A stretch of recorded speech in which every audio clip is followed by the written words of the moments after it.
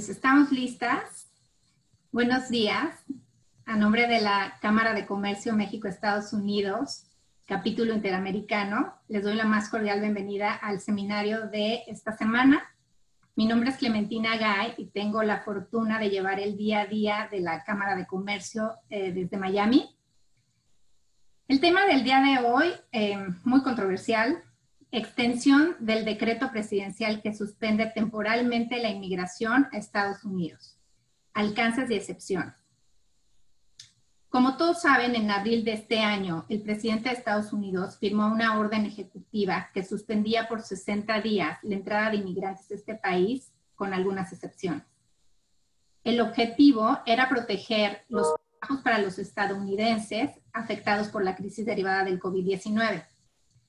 La semana pasada, el 22 de junio, la Casa Blanca anunció que el presidente firmaba una nueva orden ejecutiva que extendía la primera disposición hasta finales de este año. Este segundo decreto amplía los alcances de la disposición original. Para hablar de este tema, tenemos la fortuna de contar con la doctora Antonia Cañero, experta en Derecho Migratorio, fundadora de Cañero Immigration Law, uno de los bufetes más reconocidos en el área. Doña Antonia es abogada y tiene un doctorado en Derecho por la Universidad de Miami, miembro activo del Gremio de Abogados de Inmigración y parte del Board de Catholic Legal Services que proporciona ayuda a inmigrantes de escasos recursos. El tema es extenso, doña Antonia. Le quiero ceder la palabra, no sin antes decirle a la audiencia que tenemos abierto un chat. Si tienen preguntas, nos les pueden enviar a través de esta vía. No se van a atender casos específicos, ya que esta es una plática de carácter informativo, no debe ser considerada como una asesoría legal. Es una charla que nos comparte la doctora a los miembros y amigos de la Cámara de Comercio México-Estados Unidos. Doña Antonia, le cedo la palabra y le agradezco de verdad que nos esté dedicando esta hora de su tiempo. Muchísimas gracias a ti, porque sinceramente es un momento importante y quiero aclarar que este no es sino mi opinión y trato de presentar documentos que son documentos del gobierno o prohibido, que me han prohibido el gobierno. Pero en el caso de la proclamación no quise aburrirlos ni aturdirlos. Recomiendo altamente que lo lean. Léanlo. Si no lo pueden leer en inglés, léanlo en español, porque el artículo, cada uno de esos artículos, hay que leerlos para entenderlos. Yo quiero darles una breve exposición que los ayude a comprender lo que están leyendo. El 22 de junio, el lunes en la mañana, amanecimos con la nueva proclamación. Digo la nueva porque la nueva proclamación sobrepasa, I can't think of the word, se pone por encima de decretos anteriores. Han habido 5 decretos y ahora en pantalla vamos a ver qué es el nuevo decreto. El nuevo decreto es básicamente muy restrictivo. Solo permite que las personas que vengan como ciudadanos americanos o residentes tengan plena libertad de entrar. Antes, en otras proclamaciones, los esposos y los hijos de residentes podían venir, pero ahora no. Solo los hijos y esposos de ciudadanos. O sea, los padres no están incluidos. Ayer tenía un caso de una residente cuyo esposo vino con esta y él aplicó para poder venir al nacimiento de su hijo. Él no tenía su residencia porque el ban actual prohíbe que se otorguen residencias en el exterior. Entonces, los residentes que tienen aprobados sus visas están a la espera y a la espera hasta diciembre, o esperamos antes, para poder obtener su residencia, para poder entrar a los Estados Unidos. Él pudo entrar por una excepción. Y estas las cosas que quiero ir hablando a medida que hablo de un término de la proclamación. Él pudo ir al aeropuerto y en el aeropuerto Customs and Border Protection le dio autorización para venir. El consulado o la embajada de su país también pueden otorgar un pase, un waiver, un permiso bajo ciertas condiciones. Y los vamos a ver un poquito más adelante. Pero hoy en día está más restringida la entrada. Está restringido para inmigrantes hasta diciembre de este año. Pero hay excepciones. Y vamos a hablar de las excepciones. Las excepciones, una es la que dije de ser U.S. citizen, lawful permanent resident, hijo o hija de un lawful permanent resident, de un ciudadano, que quiere decir menor de 21, ¿ok? O el esposo de un ciudadano.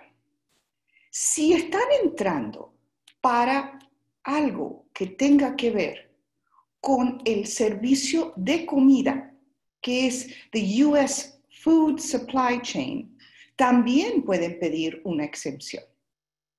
Y exenciones están dadas para personas que son en el interés nacional.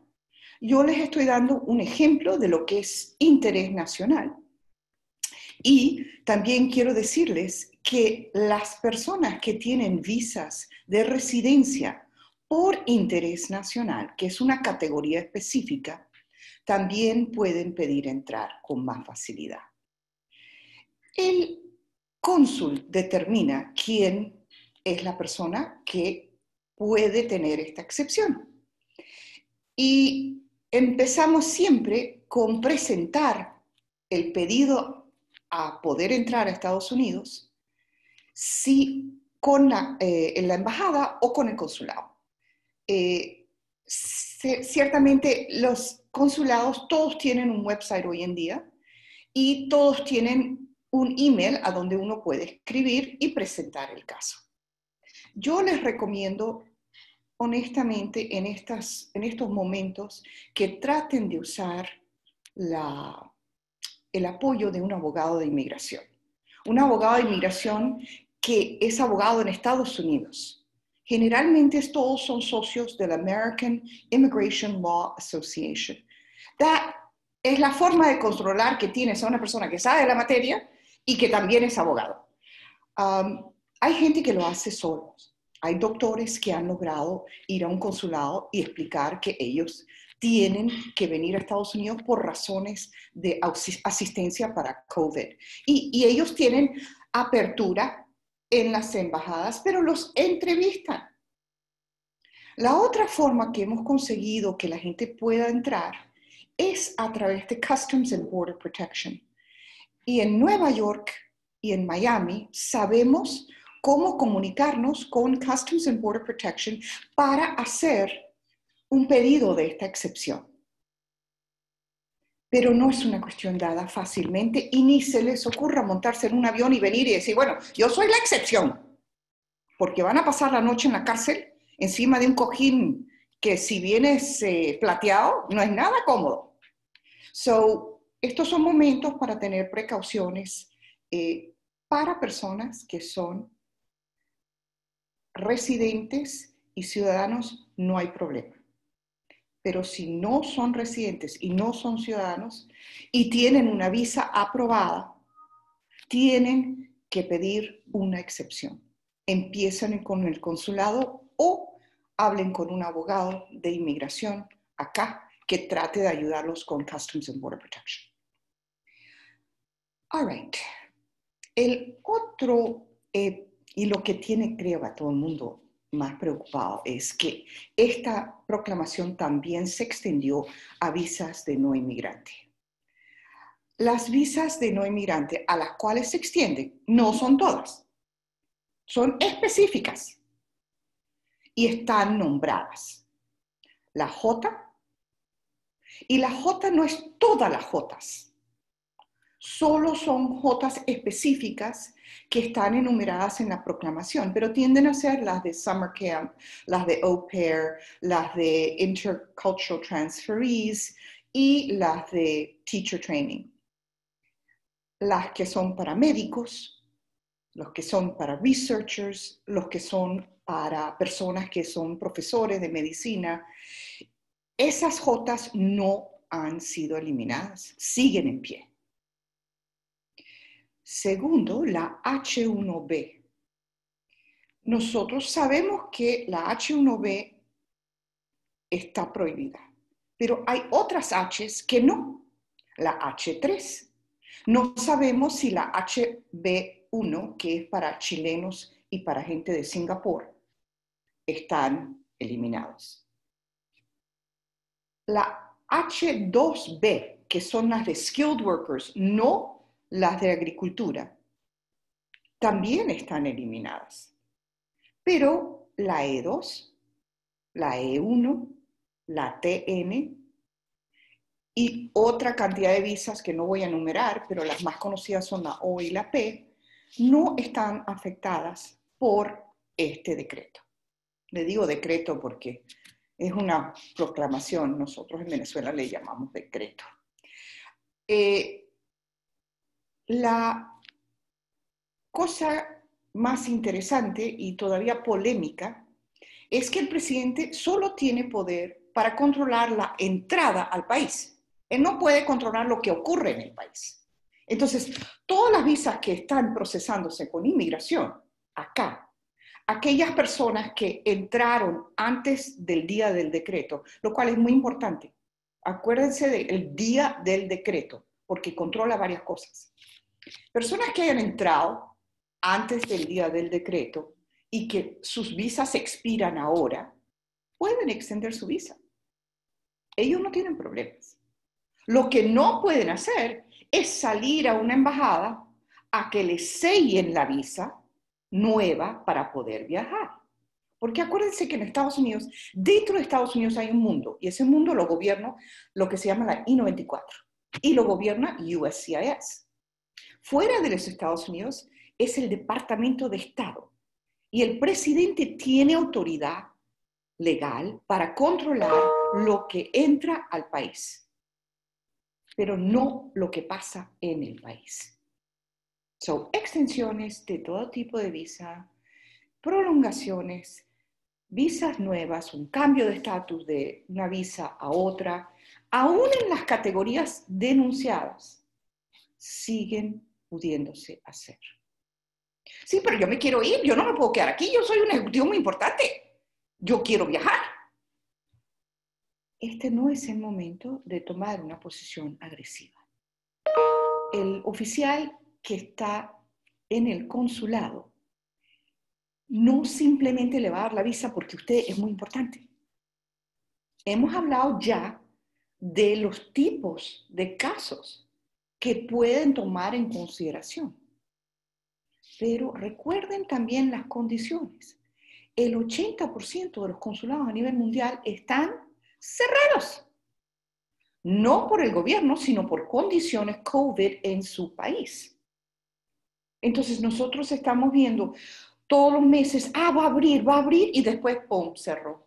Londres tenía citas para julio y los canceló. París tiene unas citas para E2 y los canceló. No sé si los van a cancelar. Pero en Noruega, donde no hay mucho COVID, cancelaron las citas, para las visas.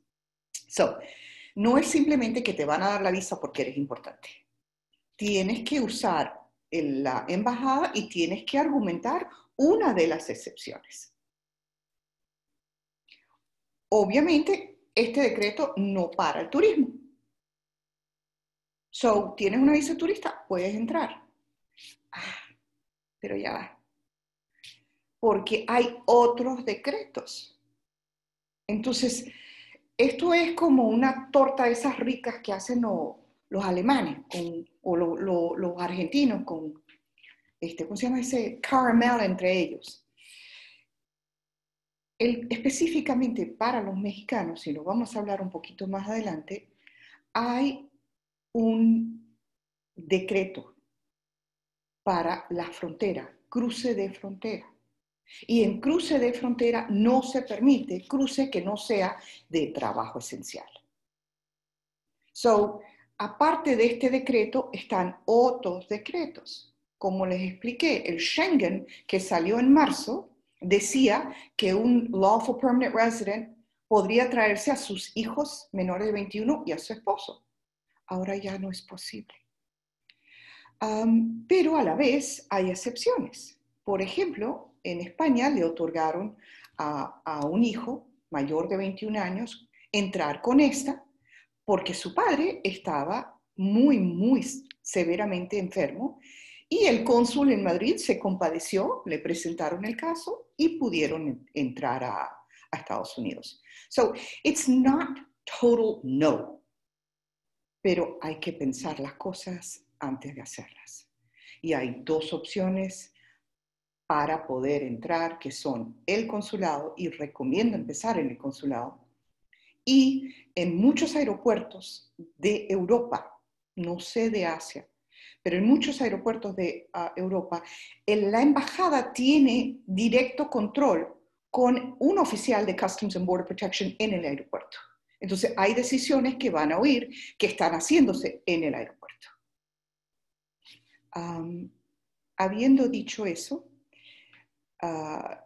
es un momento difícil, pero el Departamento de Estado tiene un website que se llama travel.org. Travel.org.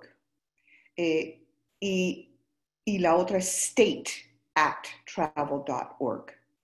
State como estado @travel.org. Ellos tienen continuamente los updates y es la mejor fuente para saber qué consulados están abiertos y dónde pueden ir.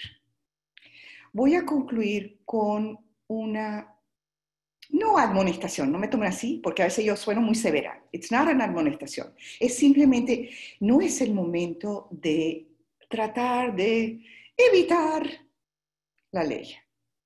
El Schengen, que son todos los países básicamente de Europa, está prohibido entrar si has estado en un país Schengen por más de 2 semanas. Entonces mucha gente dice, bueno, me voy a México y cruzo por México. Sí, pero para cruzar de México para acá tienen que estar 2 semanas en México. ¿Ok? Tercero, Guadalupe y Martinique son parte de Francia. No se olviden de eso. ¿Ok? Entonces, no solo es el país en sí, sino los lugares que son parte del país. All right? Si tú vas a Macao y eso es portugués, tú no puedes entrar si no estás 2 semanas antes, ¿ok? En otro país. Usen un tercer país para entrar. Como les dije, son momentos que es importante tener contacto con abogados y abogados que saben lo que están haciendo, abogados de los Estados Unidos. Hay más preguntas que respuestas. He tratado de dar ideas. La última pregunta que queda siempre es, ya va, pero esto aplica a todas las visas que tenemos o solamente es para personas que estaban fuera del país en el momento del decreto. ¿Se acuerdan que le dije junio 22? Si ustedes tienen, y voy a decirles las cosas, una visa LH-H2J válida antes del 22 de junio, ustedes siguen usándola como que nada pasó. Si ustedes tienen un advance parole que es válida antes del 22 de junio o que les llega posterior a la fecha, pueden seguir usándolo, aunque estuvieran fuera del país en el día junio 22. Si usted tiene en su pasaporte una entrada para venir a Estados Unidos que se le otorgó antes de junio 22 y usted estaba fuera del país, pero es válida, usted puede entrar. Lo que no tenemos claro es, anteriormente, si yo tenía una visa TN y ya no estaba válida en mi pasaporte, sino por 1 o 2 días, yo podía salir del país y volver a entrar y me daban lo que me quedaba de duración de validez. Saben que la TN vale por 3 años. Entonces, si te quedaban en tu, que se llama el LCA, 2 años, tú podías cruzar la frontera y volver a entrar y te daban 2 años más. Lo mismo con la E2. Si tu E2 se vencía en septiembre y tú salías ahora, con tu visa válida, tú podías entrar y te daban 2 años más de estadía acá. No tenemos claro qué está pasando en esas situaciones. Y hasta que no les informemos, yo no recomiendo que lo intenten hacer. ¿Ok? Y tercero, hay formas de revalidar, se llama la visa, en la frontera con Canadá. Nosotros usábamos a Canadá mucho para revalidar una L. La persona podía entrar con su aprobación de su L1, no teniendo visa, podían entrar a los Estados Unidos y otorgarse una L1. Eso hasta el momento de hoy no está claro. Tuvimos problemas ya, así que yo sé que la gente está desesperada por viajar, pero el cruzar los puentes en Canadá aún no es factible. Con seguridad. Pero siempre pueden argumentar national interest o food supply. Así que vamos a hablar ahora de la diferencia entre viajar por aire o por tierra, entrando, yo incluía Canadá,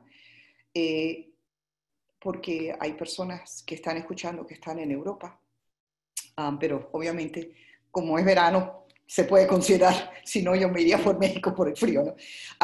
Pero esencialmente hubo una orden, no fue un decreto presidencial, fue una orden el 20 de marzo que fue implementado sobre las fronteras del norte con Canadá y el sur con México. Primero y principal, esto no afecta la entrada por aire. O sea, si tú vienes con un avión, tú puedes venir con tu visa de turista o tu O o tu P o tu L o lo que tengas válido. Los que no pueden entrar son personas que aún no son residentes y personas que son hijos menores de 21 o esposos que están esperando su visa de ser aprobada en un consulado. No la gente de acá, pero los que salieron o los que están afuera. So, si tú llegas a la frontera hoy por hoy con tu visa, all right, tú puedes entrar por las razones que tenemos acá. Razones médicas, para atender un college o un colegio, para trabajar en Estados Unidos, obviamente con una visa. ¿Ok? No digan que vienen a trabajar con su visa turista. Emergencias y razones de salud pública. Personas que trabajan en la frontera, que son muchas los que trabajan en seguridad y cruzan la frontera continuamente. Miembros de las Fuerzas Armadas que también están eximidos del Proclamation de junio 22. Y la gente que están viniendo por essential work. El essential work realmente me parece lo más interesante y quería entrar aquí porque essential work está claramente definido en un documento que yo le voy a dar a Clementina, pero que enumera todos los tipos de trabajos que se consideran essential work. Y dentro de esas categorías podrían argumentar, no solo en frontera, sino para entrar a Estados Unidos con una L o una H o una H2, que son essential. Essential can be national interest. Ya el presidente declaró que todo lo que tiene que ver con food está eximido. Si tú puedes alegar que tú estás involucrado en la comida, la provisión de comida, the food change, no tenemos la menor idea de lo que quiere decir, pero food change, interprétenlo, y el documento que le voy a dar a Clementina tiene una lista, pero les voy a leer la parte de comida, porque es interesante ver la gama tan completa que hay de productos. Ahora no lo consigo. Bueno, no los voy a aburrir, pero es extensivo la cantidad de gente que tiene que ver con comida. No es simplemente el que lo crece, el que lo recoge, el que tiene el autobús, sino es el que lo embala, el que lo lleva, el que lo trae, el que lo empaqueta. Esta lista es sumamente útil. No creo que sea algo que hay que dejar de un lado ni descartar para argumentar que pueden entrar con su L. Pero la comida definitivamente está completamente cubierta. Y pueden ver en la lista toda la gente que puede entrar por razones de comida. En la frontera no pueden entrar por turismo. Pueden entrar, como dije, para estudiar, para trabajar, but not for tourism. So, la frontera está cerrada para el turismo. Experiencias que hemos oído en la frontera de México realmente no se ponen necios con ¿eres esencial o no eres esencial? ¿Estás en esta lista o no estás en esta lista? ¿Qué es lo que estás haciendo? En Canadá, sí. En Canadá han sido mucho más exigentes y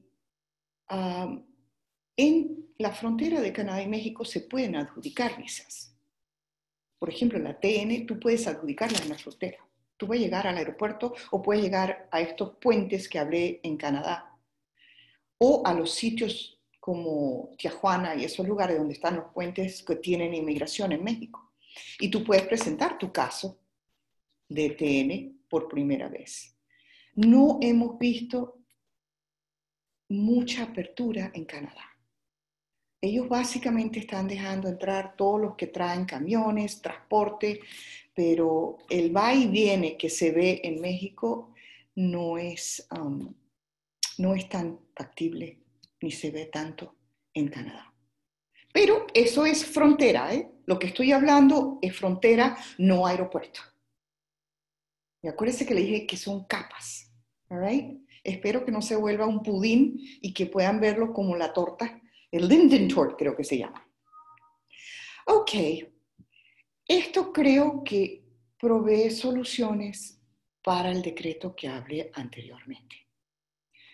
Pero ahora vamos a hablar de las personas que están en el país y que se les vence su estadía. Una persona entró con esta en el mes de mayo. El esta se otorga por 3 meses, pero llegó la fecha de julio que se tiene que ir y no puede volver a su país, porque su país simplemente no lo deja entrar. A Estados Unidos van a proclamar ahora al Schengen Group un toma tu tomate porque nosotros les cerramos la puerta a ellos, ahora nos van a cerrar la puerta a nosotros. Entonces, tú estás aquí y tú no puedes volver. ¿Qué puedes hacer? Hay 2 cosas que puedes hacer. Primero, podemos acudir a USCIS, USCIS, y voy a poner en pantalla los requisitos para poder pedir lo que se llama Satisfactory Departure. Y por favor no hagan lo que estaban haciendo mis queridos venezolanos. ¡Ay, es humanitario! Yo no me puedo ir. ¿Qué voy a hacer? La ley es la ley. Y no se olviden que la gente que viola la ley ahora con el nuevo decreto presidencial son removable. Removable quiere decir deportables, porque se considera fraude. Gracias a Dios, Miami aceptó que pudiésemos hacer los pedidos para una extensión por email, porque hay un teléfono, pero como bien saben, gente que ha escuchado mis charlas anteriores, ese teléfono se abarrotó cuando American Airlines lo entregó a todos los pasajeros. Pero seguimos en pie con el email que lo ven ahí, CBP Miami Def Code COVID-19 X, más largo que Esperanza Pobre. Cuando someten, tienen que someter los documentos. Y yo estoy poniendo esto porque es importante. El oficial no se los va a dar sin estos documentos. Acuérdense que el rol de ellos es negar entradas. Pero ellos se están portando súper con este virus. De verdad que merecen un aplauso porque ellos eran los primeros que estaban recibiendo a la gente en esos aviones sin una máscara, sin una protección, nada. Y ahora están ayudando a la gente para poderse quedar legalmente. So, ahí está la lista. Acuérdense que si ustedes han venido en esta 7 veces en los últimos 2 años, ustedes han pasado más tiempo acá que allá. Y corren el riesgo de que no les den la extensión. Pueden dar 2 extensiones.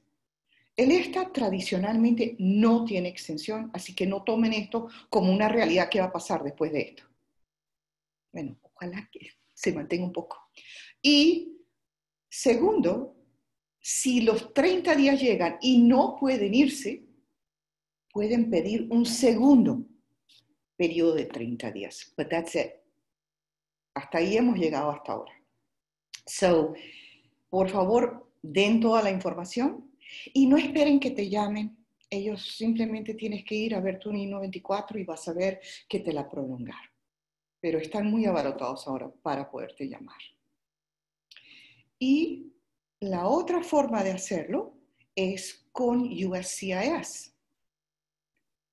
USCIS inicialmente era un dolor de cabeza, porque tenías que llamar al Service Center y eso era horas.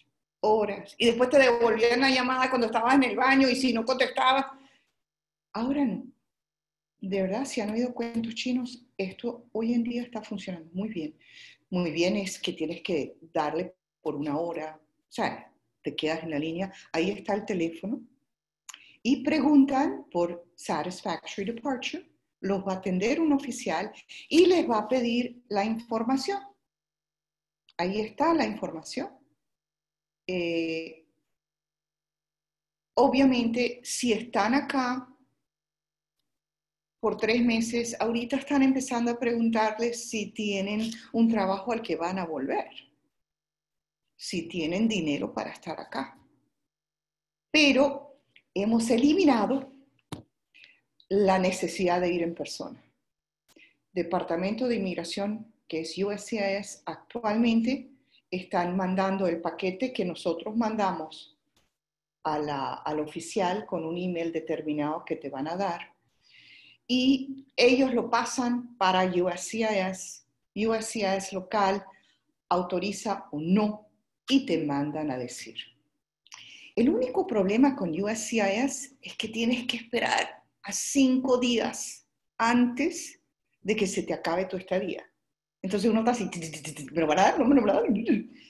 Pero tengan paciencia, los están dando. Generalmente, a menos que hayas violado o abusado tu uso del ESTA, te recomiendo que si no puedes ir a tu país, búscate un país para irte. No hay muchos, pero existen. So, en términos cortos, tenemos 2 formas, si están con esta, de poder extender su estadía. Y por último, el tema de siempre. ¿Cómo hago si tengo una visa y estoy acá? Well, USCIS con el formulario I-539 y estos mismos documentos diciendo que no puedes volver a tu país por COVID, está otorgando las extensiones. Pero con todos estos casos, es imperativo que se haga el filing timely. ¿Y qué es timely? que se reciba la petición o la aplicación antes del vencimiento de la visa. O de la I-94 o de la estadía. Y eso es crítico. Y también tiene que ser meritorio. No puede ser frivolous. Ay, pues yo no me puedo ir. Ajá, ¿y dónde está el pasaporte, el tiquete cancelado o que tú no puedes irte porque tu país tiene todo cerrado? ¿O qué es lo que está pasando?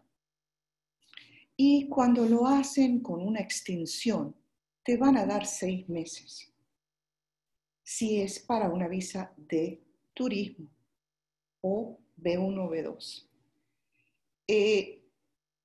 Caveat, no te lo van a otorgar en 6 meses. Entonces, el tiempo puede ser 8 o 9 meses y si se abre tu país y te quieres ir, no hay problema. Estoy hablando de extensiones con visas, no de esta. La extensión de la visa B1 o B2.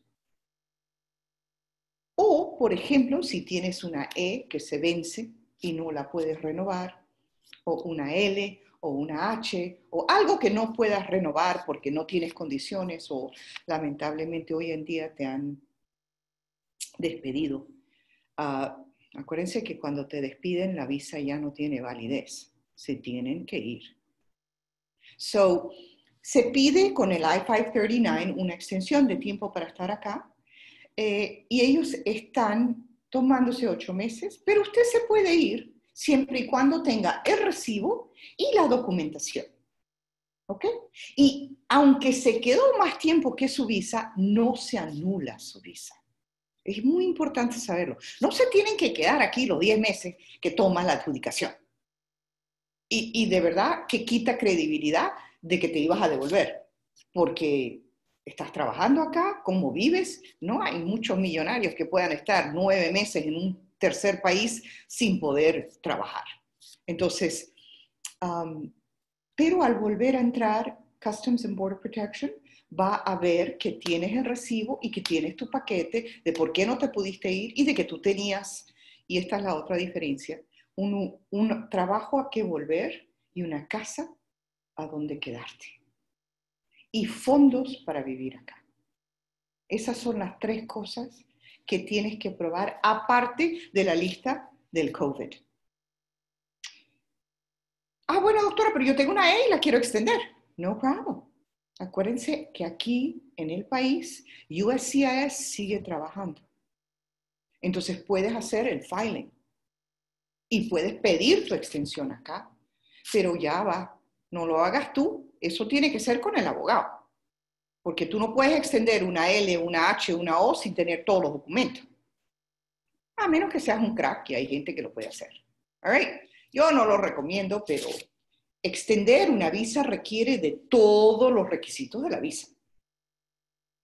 Y recuerden, aquí se puede extender una L, una H, un H-2B. Todas esas visas se pueden extender acá, pero no vas a poder viajar porque no tienes el sello en el pasaporte. Bueno, me quedan 5 minutitos antes de abrirlo a preguntas. Y les voy a decir algo muy triste. No quiero terminar con tristeza, pero quiero concientizarlos de que USCIS es un grupo de profesionales. Yo tengo 35 años trabajando con esta gente y son gente que hace carrera. Y actualmente el gobierno va a echar el 70% de los oficiales de inmigración porque no tienen dinero. Y le están pidiendo al gobierno que le den un apoyo para poder seguir trabajando. La razón que no tienen dinero no es legítimo. Nosotros los inmigrantes pagamos por ese servicio. Y nosotros pagamos bien, esto no es barato. Y han tenido siempre suficiente dinero. USCIS nunca ha tenido que pedirle un centavo al gobierno. Taxpayer money is not part of USCIS. Pero se desviaron fondos para ICE. ICE es la policía de inmigración. No es legítimo, pero se hizo ¿saben cómo hacen los contadores? Que cambian el rubro. Y yo les pido, si tienen contacto con representantes del Congreso o senadores, porque solo tenemos un mes, que hagan saber lo importante que USCIS es para nosotros. Y si bien podemos gastarnos unos cuantos billones en una pared que no permite entrar a la gente, yo entiendo, también tenemos que tener un sistema funcional. Y si nosotros votamos al 70% del personal de USCIS, todas las materias acá se van a volver un 8. Y no solo eso, sino que volver a tener la capacitación y el nivel de capacitación de esa gente va a tomar muchos años. Uno sabe más por viejo que por zorro. Yo no digo que yo soy una viva, pero tengo muchos años haciendo esto. Y mis colegas en USCIS también lo tienen. Así que en lo posible, yo diría que tratemos de ayudar a la gente que nos ayuda a nosotros. ¿Ok? Me abro sus preguntas. Doctora, muchísimas gracias, de verdad, súper fluida la conversación, le agradezco. Sí tenemos preguntas. Me preguntan, por ejemplo, no se ha comentado nada acerca de la visa E2. ¿Está incluida, no está incluida en la proclamación del 22? Perdón, mi internet está fallando. ¿Qué fue lo que... La pregunta es acerca de la visa E2. ¿Está incluida en esta proclamación? No, para nada. Pero hay que entender que no está en la proclamación. ¡Yay! Pero no hay consulados abiertos. So how are you going to get your E2? That's the real problem right now. Nos preguntan también, en caso de alguna emergencia familiar, de vida o muerte, ¿hay alguna excepción? La que yo dije, que es que tú acudes a la embajada o al consulado. Es mejor acudir directamente al consulado. Vas a la página web del consulado y haces tu pregunta. Y contactas, sinceramente, es mejor contactar a un abogado de inmigración que tiene conocimientos de ese consulado, porque nosotros conocemos quienes manejan el negocio. Entonces le escribimos directamente a ellos. Pero se presenta, como les expliqué, el señor que se estaba muriendo y permitieron entrar a su hijo en España. Sí hay razones humanitarias, hay razones de interés nacional, hay que plantearlos. No es simplemente, bueno, yo soy un experto en limpiar caras. Eso seguro que se necesita, ¿no? You know what I mean? If it's COVID related, then you have to do something COVID related. Va relacionada con la visa E2, pero me parece que ya previamente, si tengo una visa E2 por 2 años más, pero mi I-94 vence en septiembre, ¿qué puedo hacer? Tienes la visa, sales y vuelves a entrar. Entonces, si no puedes salir a México, que todavía se puede, pero si eres de Brasil, no puedes ir a Brasil, right? A menos que seas un residente y no lo eres si tienes una E2. Tienes que salir a un país y volver a entrar porque tú tienes la visa. Te van a otorgar la estadía por 2 años. Y puedes volver a salir al mes y te vuelven a entrar por 2 años. Teniendo la visa o el advance parole o un FOIL. Un FOIL es un tipo de visa, de algún tipo, una visa de emergencia. There's different kinds of visas. Y para contestar a la persona, hay una visa humanitaria. Se puede otorgar una B2 médica humanitaria. Aquí hay otra pregunta. Si estás en proceso de extensión de visa de trabajo y te ofrecen otro trabajo con otro empleador, ¿qué necesitas hacer? ¿Tienes que cancelar la solicitud de extensión? ¿Qué se hace en estos casos? Esa es una pregunta técnica y voy a tratar de dar una solución legal. Hay puedes tener dos aplicaciones concurrentes, ¿ok? Si tú estás en una H y te cambian de empleador y este empleador está de acuerdo en mantener tu H por si acaso te niegan esta, tú puedes tener las dos peticiones concurrentes. Y ahora hay premium processing de nuevo, lo cual ayuda muchísimo. Si vas a cambiar de empleador y todavía tienes estatus, ¿verdad? Porque tienes una L que dura, I don't know, 3 años más. Entonces, teniendo estatus de I-94, well, you just file another one. Pones otro y retiras el anterior. Okay. Nos dicen aquí, la visa O1 no es parte de esta restricción. Nope. Todos los extraordinarios entran. Ya que tenga el pasaporte renovado, ¿recomienda salir del país para renovarla y obtener la nueva estampa? ¿Aún la visa O1 no es parte de esta restricción?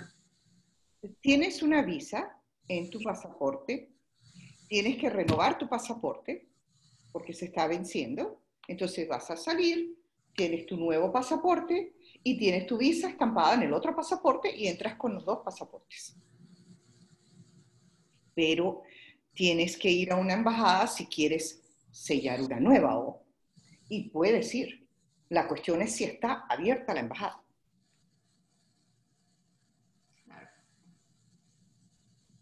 ¿Cómo aplica el tema de los 180 días? Si la extensión de visa es negada, ¿cuánto tiempo hay para salir del país sin incurrir en una ilegalidad? Hay dos temas que son muy distintos. Hay 10 días en la mayor parte de las visas regulatorios. Hay 60 días discrecionarios si te echan del trabajo, pero es discrecionario. Entonces, no siempre lo otorgan. Hay muchos abogados que dicen, no, tú tienes 60 días para buscar otra visa y tratar de hacer otra cosa. That is not always true.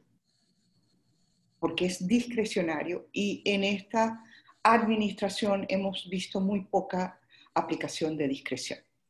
Eso no quita que los profesionales de USCIS quieren otorgar, pero tienen un mandato de arriba de no usar discreción en lo posible. Y tercero es que te puedes quedar 180 días, pero no tienes estatus. Es un period of grace, un periodo de gracia, donde estás en lo que llamamos área gris. Que si tú te encuentras con un oficial de inmigración o te paran por una infracción, tú vas deportado.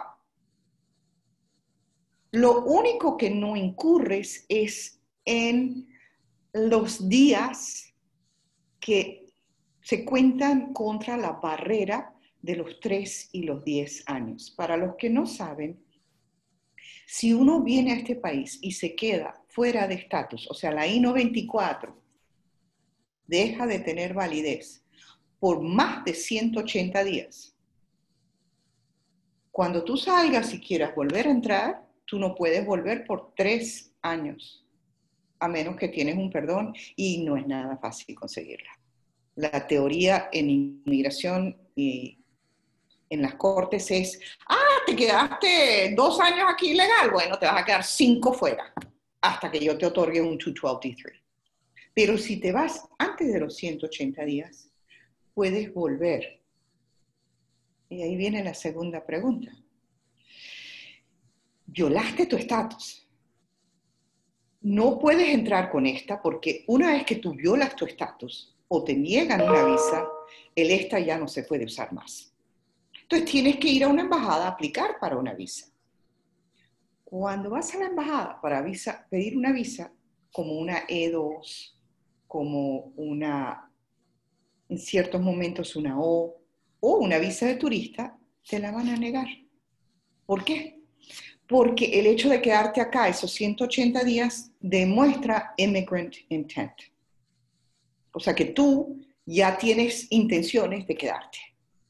Las únicas visas que permiten dual intent, o sea que tú digas, mira, tal vez me quede, tal vez no, son la H y la L. Pura. La O y la E2 siempre hemos tenido un poquito de wiggle room, ¿no? Pero ahorita la están enforzando bastante fuerte. Y están diciendo, no, lo siento. Es la famosa 214B. Todo el mundo dice, no, me negaron la visa 214B. ¿Eso qué quiere decir? Eso quiere decir que el oficial no cree que tú te fuiste a Estados Unidos la última vez para venir a salir de vuelta del país. Él creía que tú te ibas a quedar. Y eso, lamentablemente, no es apelable y la única solución es conseguir una L y una H, que ahorita no hay. Bueno, aquí hay una pregunta relacionada con la H1B. Estoy a pocos meses de terminar mis 6 años de H1B y en un proceso de Green Card, pero no está avanzando. ¿Qué recomiendas si mi H1B llega a su fecha de vencimiento y no tengo respuestas sobre el Green Card? Tendría que saber qué proceso has pedido, porque hay ciertos procesos que se demoran bastante y si es una certificación laboral, hay términos y son bastante cortos. Pero los nacionales de México tenemos un problema, que es que no están corrientes. Y eso es una pregunta de Visa Bulletin.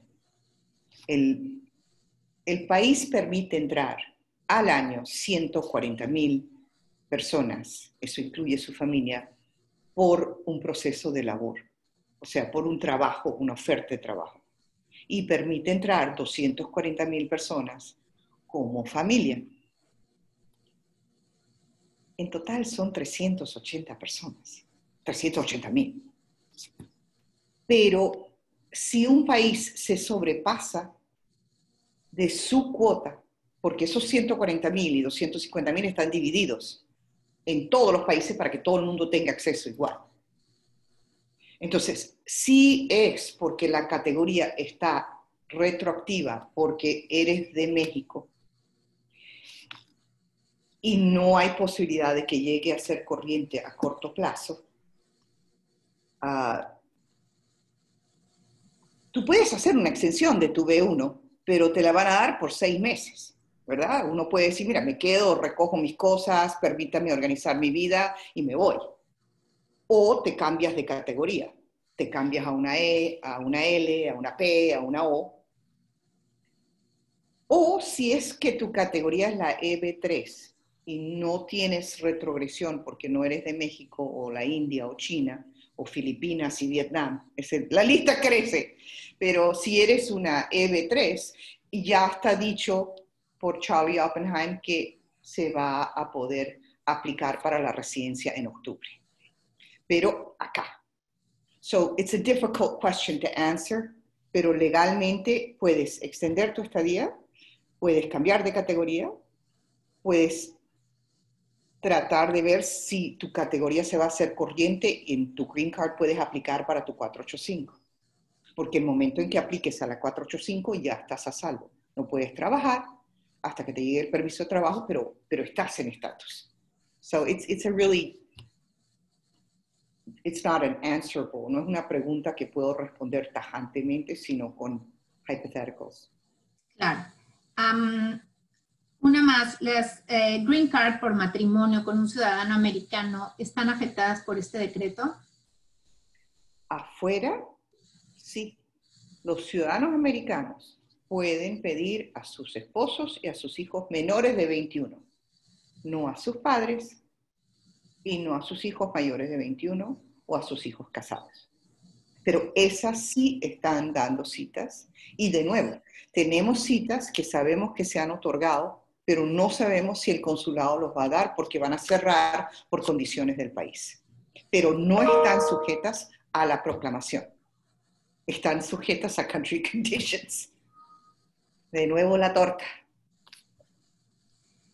Alguien que ya se hizo ciudadano antes del COVID y no alcanzó a sacar su pasaporte americano, ¿cómo puede sacar el pasaporte en Miami para viajar a su país si la Green Card la tienen retenida cuando se hizo ciudadano? Sí, pero la ciudadanía se consigue rapidito. Vete a internet y you just Google, I want my passport, y te sale. Puedes ir en persona, pero No sé, porque a partir de este viernes las oficinas de USCIS están cerrándose. El pasaporte es del Departamento de Estado, so it's a different organization, es otra agencia y tal vez ellos estén abiertos.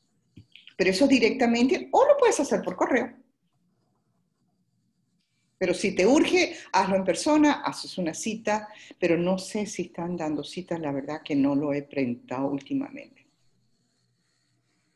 En el caso de los empleadores, doctora, ¿esta suspensión es sobre el trámite para solicitar visas para empleados o sobre el otorgamiento?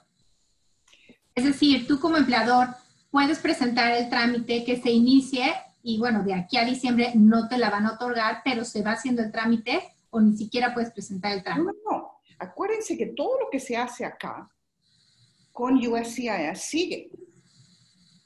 Entonces, el problema es si tú estás en México, Ciudad de México, el oficial acá puede empezar tu visa H1B, pero cuando llegue octubre, que tú tienes que ir a la embajada a que te la sellen, porque tú no estás aquí,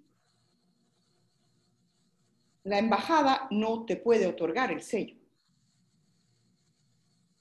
En estos momentos estamos litigando el caso y hablo del American Immigration Lawyers Association, estamos poniendo litigación porque es muy broad, pero en estos momentos el punto no es que te puedan aprobar la H.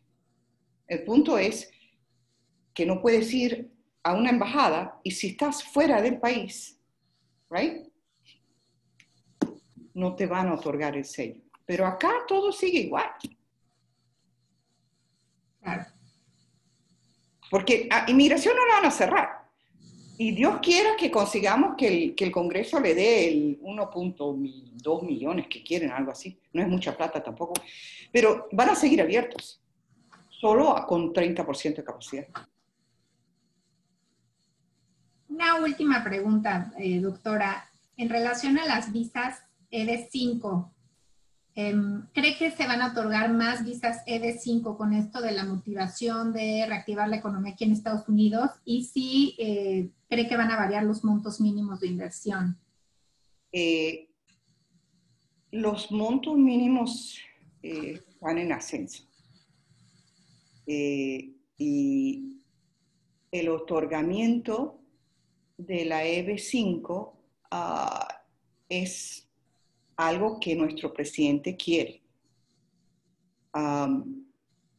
Pero el 80% de los EB5 projects están en un proceso de falta de fondos, porque la China, que son la mayoría de los otorgantes, tienen su dinero en escrow. Entonces, ellos no van a dar el dinero si no pueden aplicar. Entonces, hay que buscar bien el proyecto y muchos proyectos individuales son importantes. O sea, si uno hace su proyecto, yo siempre he sido muy partidaria del EB5 del individuo. Pero el EB5 es un proceso de 8 años y hay tantas formas más rápidas. Una certificación laboral se consigue en un año. Un National Interest Waiver son 8 meses. So there's other ways, aparte de volverse religioso, o, ¿me entiendes? Eso, o que te devuelvas de un día para el otro, eres un cantante maravilloso. O sea, todo el mundo, su mamá cree que es especial, pero hay que ser especial para sacar esa visa. Pero el National Interest Waiver es muy interesante porque la persona que tiene ese tipo de dinero es una persona que ha tenido éxito en su vida.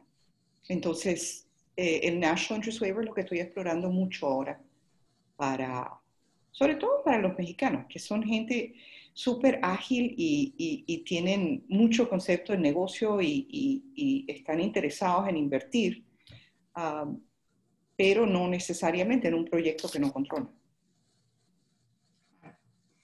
Pues voló la hora, pero grabamos el seminario, se los vamos a enviar a todas las personas que se registraron, lo vamos a compartir también en nuestros canales de social media y evidentemente les voy a compartir los datos de la doctora Antonia.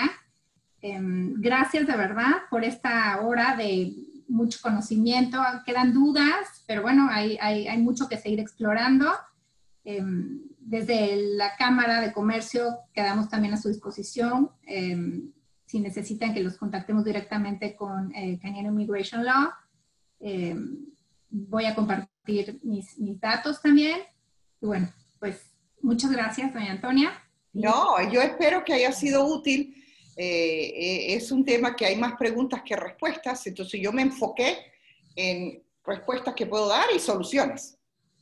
Y el resto, a rezar, porque yo rezo. Yo creo que hay un Dios y yo creo que hay algo más grande que esto. Así que yo sé que esto se va a solucionar y que mientras estén acá, todo es solucionable. All right? Y la TN, que es nuestro pan de cada día, existe. La E2 también. So, I think los mexicanos are in a good place. Éxito les deseo a todos. Muchas gracias, igualmente. Chao. Luego, bye bye.